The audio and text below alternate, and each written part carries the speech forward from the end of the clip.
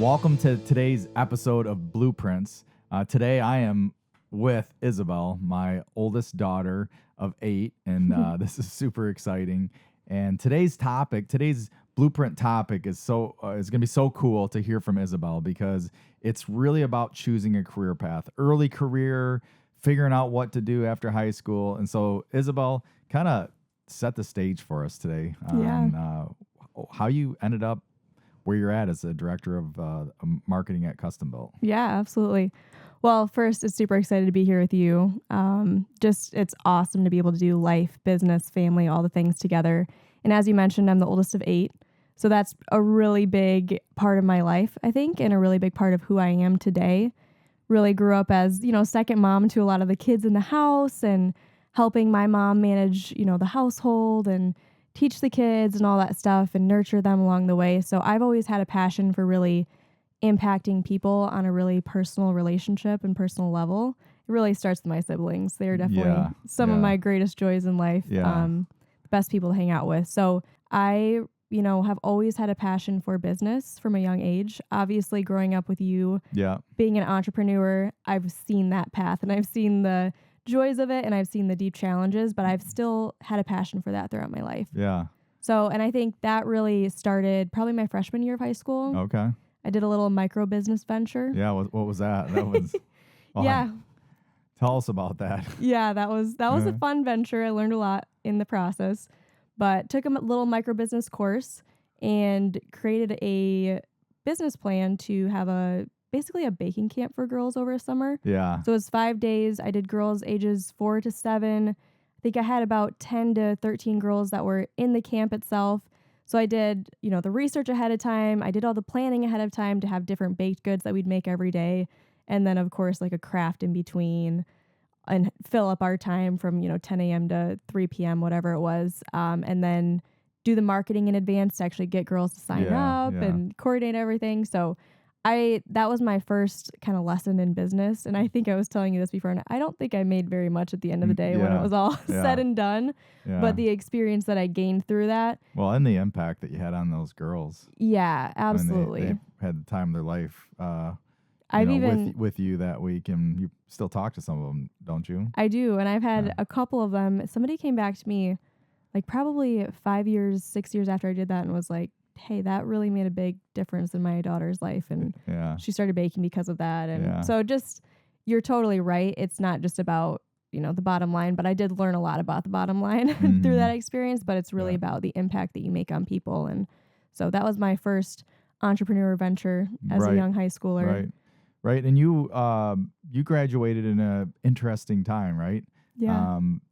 2019. So right before a major world life transition that took place. And I'm thinking today it would be fun to hear a little bit about how that's affected your career path and how COVID played into you making the decisions you did. And I just really want to hear from your heart, because I think for so many listeners out there that are either, trying to figure out what to do as they're finishing up high school, or they're already in a career and they're trying to figure out what do they want to do next. And so I think your story really speaks to that, and love to hear that. So I was homeschooled for most of my school years. I did go to Williamson High School for a year, really enjoyed that, but ultimately ended up graduating from home. Didn't need very many credits and really wasn't sure what I wanted to do next. So I spent a lot of my senior year actually working. So I worked at Custom Built, I nannied some, and really just got to enjoy my year. But a little bit of my story too is my husband, Luke, and we started dating November. It was middle of my senior year, basically. Yeah. And we've known each other for many, many years and really quickly knew like, hey, we're each other's significant other, and wanted to make that decision. So that's part of my journey too, because I graduated high school in May and then Luke and I got engaged in June, which was pretty fast. Yeah, you could probably tell some stories about that. Yeah, definitely a good for another podcast for like fathers, how to deal with, giving away your firstborn daughter. That was a big thing. But I had known Luke for a long time and knew that like you guys will be really, he'll be an amazing husband to you and take care of you and all that. And so I couldn't have been happier. Yeah. And And it was your baby girl. Fast, right? You graduated. Got engaged. I went away for here's a little tip for fathers. When somebody comes to you and says they want to pursue your daughter and that they're going to take it slow, make sure you ask them what slow means. That was a big mistake, when you're dealing with your kids. You're used to in your professional world of asking more questions, and I kind of went past that. And so slow ended up being fast, in my opinion. So 1 year later, you guys were married. Exactly. So I have an interesting story with that, because I graduated high school. Again, didn't really know what I wanted to do. I was looking in nursing, looked into interior design. I loved baking. I mentioned the baking camp already, but I actually, had a little other side business of doing wedding cakes and wedding cupcakes and everything. You still do, right?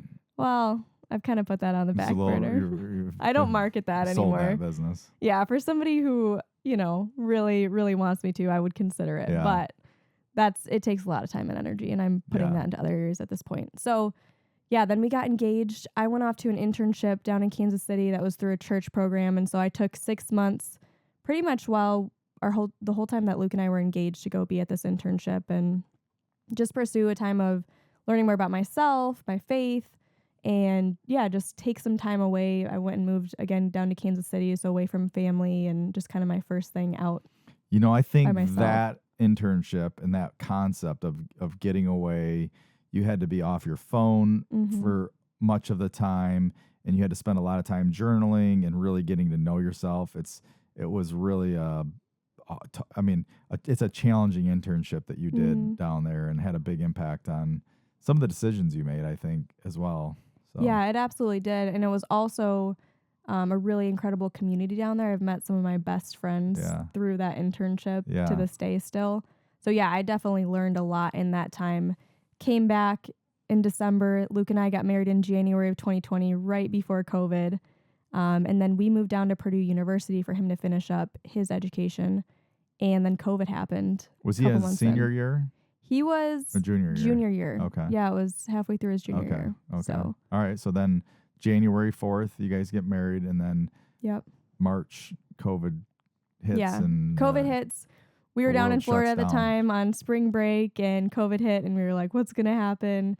We came back to Purdue, and everything was online. So we decided, hey, why would we be down here in Indiana when we could be up near family and, enjoy this time. I, at the time, was nannying again. So really trying to figure out what I wanted to do. I was hardcore looking into pursuing nursing. That was really my focus. But then I always came back to interior design. I love to be creative. So marketing was also on my mind too. But I was like, how do I even really get into that field? So we moved back, and then I said, hey, can I take a summer job at Custom Built? I want to answer the phones, client service. And so I started that for the summer, and really just intended that to be a full-time job for the summer as Luke and I were transitioning, having some time, for him to be remote. But then also we wanted to get back to Purdue. But then everything continued to stay online. So we were up in Michigan. So I think everybody can remember, not everybody, but especially those that were, that time period, it just kept going and going and going, and everything was unknown. I mean, the anxiety, the mental health was really difficult, because people that like to have control and understand everything, you couldn't at that time. I mean, it was just, everything kept getting delayed. So you guys stuck around longer than what you thought. Yeah, we did.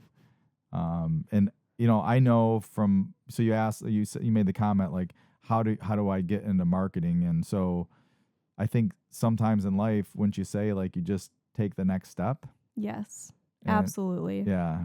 I mean, for me, I didn't know what my next step was going to be, but I decided I'm not just going to sit around for the summer and try to figure out what my next step is. Yeah. I'm going to learn something or impact somebody in the process. Yeah. And for me, obviously having the connection to Custom Built, I've worked there over the summers and, throughout my life. And so it was a natural transition for me to be like, hey, this is going to be my summer job, and let me see where this goes. But I really went into it with the intention of it was just a summer job, which I, looking back on that, would challenge people to be like, look at every opportunity with, how can I get the most out of this? Yeah. And my mindset did shift pretty quickly once I started working at Custom Built. I was like, wow, there's so many opportunities here. I started learning a software called HubSpot, which we utilized as our CRM. started taking, courses through there, certifications, watching videos.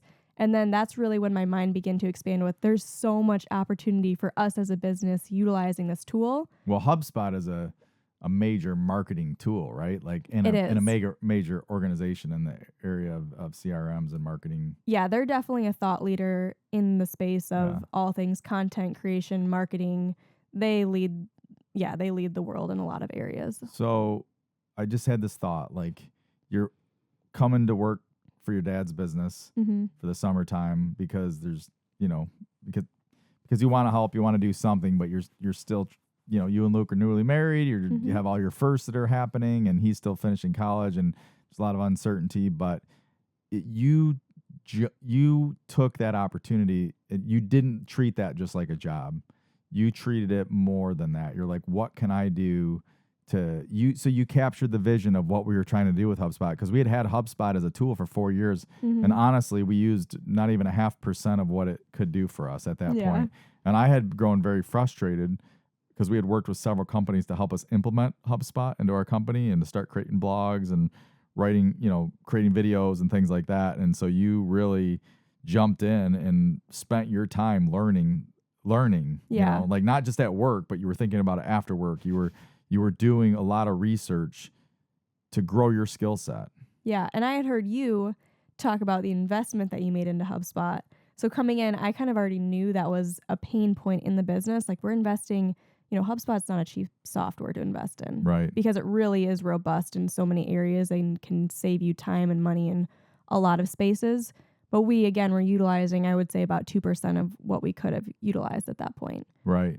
So, yeah, I came in, and I think just my natural drive is that I want to succeed in life. And so I really do take a lot of my opportunities that I've been given and go at them with, like, this is something I'm owning. Mm-hmm. So you created your future. I mean, in a lot of ways, you created your pathway to being now today the director of marketing at Custom Built, a company that's got 40 people in it, and doing a lot of business in the residential design and remodeling market. Absolutely. Yeah. So that started that summer. You did all this work, and then let's see. Yeah. So then in the fall, we were again planning to go back to Purdue. His school stayed online, and I said, hey, I want to stay up here. Like, I've got this opportunity at Custom Built. I'm really loving what I'm doing, and I want to continue on this path. And so I think I came on maybe as like a sales assistant. I don't remember what the title was. I've had a couple of titles in my career here. But yeah, I came on full time. Again, my biggest thing in my role was owning HubSpot. Yeah. So really making sure we were utilizing the software and then working with our sales team to make sure that the client experience all happened within HubSpot, all of our metrics, reporting. Mm-hmm. And then it just kind of exploded from there. I worked with some of our advisors to design projects. Again, I had a natural passion for that, a natural eye. And so you learned Chief Architect, which is our design software. Yep. Again, all of this stuff is like, if you have the drive for it and the capacity and the love for it, you can learn something fast. Is one of the things that I think as an entrepreneur, and at Custom Built, we refer to them kind of as entrepreneurs. Yes. People in the company that are like, hey, I really want to have a piece of the ownership of this, and they invest their time and really hone their skills so they can move up in the company and grow. Absolutely. Whenever anyone asks me like, hey, what's your advice for career advancement? It's like, learn everything that you can in your role to take ownership of those items. Like if you become in your role the owner of whatever it is you're doing in the company, and people come to you for questions and answers, people are looking to you for advice, like continue to do what you're doing if that's the result. Because again, if you're taking advantage, like we all have, a position outline agreement or a job description, but your job is so much more than what's just on paper. It's actually how you show up every day, your mindset, right? Like what you really, it's like you got a blank paper in front of you that says, hey, here's what you need to do, but how you do it is so important. Right. So that's what I've learned along the years. And yeah, kind of fast forward, like took over marketing 2022. So a couple years in, and that's been a whole journey. Yep. We hired Impact, which Marcus Sheridan has written the book of Endless Customers. Yes. And that was a big milestone. Not only were you promoted into this new role that maybe you didn't feel like you knew everything, right? Did you Right. feel like you had everything figured out? It was a lot of learning as we're growing. Right. And honestly, I think sometimes as business owners, we look at our businesses and we're afraid that we're failing or things aren't working well. And, I've heard it said that the top 5 companies in the world, including, some of the big name Google and SpaceX and all these things, and behind the scenes, there's always messes and there's people that are growing and there's more growth than like there's capacity. There's not SOPs in place. There's not all these things. And you've constantly risen to the occasion of growing as a person, right? Right. And I think core value match, one of our core values is grow or die, and you really embody that thing. So that's been super fun. I remember one day, just a quick story, shortly after Isabelle started working for the company, and somebody came into the office and she introduced herself as client service advisor at the time. Yeah, or something like that. But then she said, and this is Michael, she said, and she was referring to me, and I'm like, hey, I'm your dad.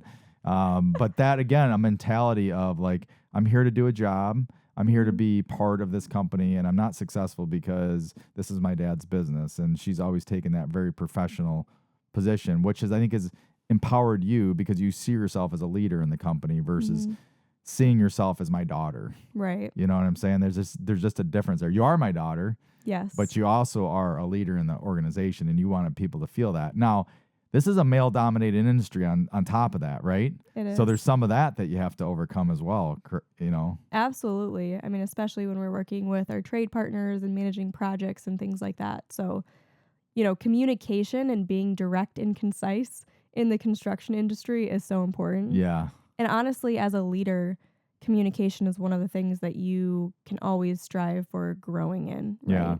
Yeah. How have you grown in some of that? I mean, you've read a lot of books. I have. Yeah. I've read a lot of books. I love to listen to podcasts. That's a way that I just auditorily learn. Yeah. I also would say coaches. That's the other big thing for me is I've had some incredible coaches along the way. Yeah. People to tell me not only what I can get better at, but how to continue to pursue knowledge and growth. Right. I heard the definition recently of the difference between education and schooling, and you've really embodied that thing. You don't have a higher degree, a degree, right? But you have taken the knowledge that you've taken. You can get it from anywhere, right? With the information now with AI, like you can get information faster than anything. But the value of that information turned into something that makes something value in the marketplace, that's the difference between schooling and education. I mean, schooling, you can go to school forever and not be able to offer something to the marketplace, but you've been able to take all the education and turn that into something really positive. Yeah, absolutely. And that's, again, it's like continue to pursue growing. One of my coaches has told me, your business is not going to go farther than you go. Right. So if you're not continuing to pour into yourself personally to grow as a person in your relationships, all relationships in your life, right? Yeah. Like you're not going to be able to take your business relationships further than you're willing to go in your personal life. Yeah, I like awesome. to say, work-life integration, not work-life balance. Yeah. And it's really bringing the two together, finding your passion and pursuing that wholeheartedly. Yeah. Yeah. For those out there that are thinking about next career steps, you would be a great resource for young people that are trying to figure out next steps, whether they should go on to get a degree, because degrees are still necessary. But this blueprint of your life that is unfolding before us is just such an amazing story of how you can go and make a big impact in the marketplace without having to do a full 4-year degree. And Correct. You're leading people because you're willing to go out and change and grow yourself. So glad to have you today. And thank you for having me. This is awesome. Amazing to be together.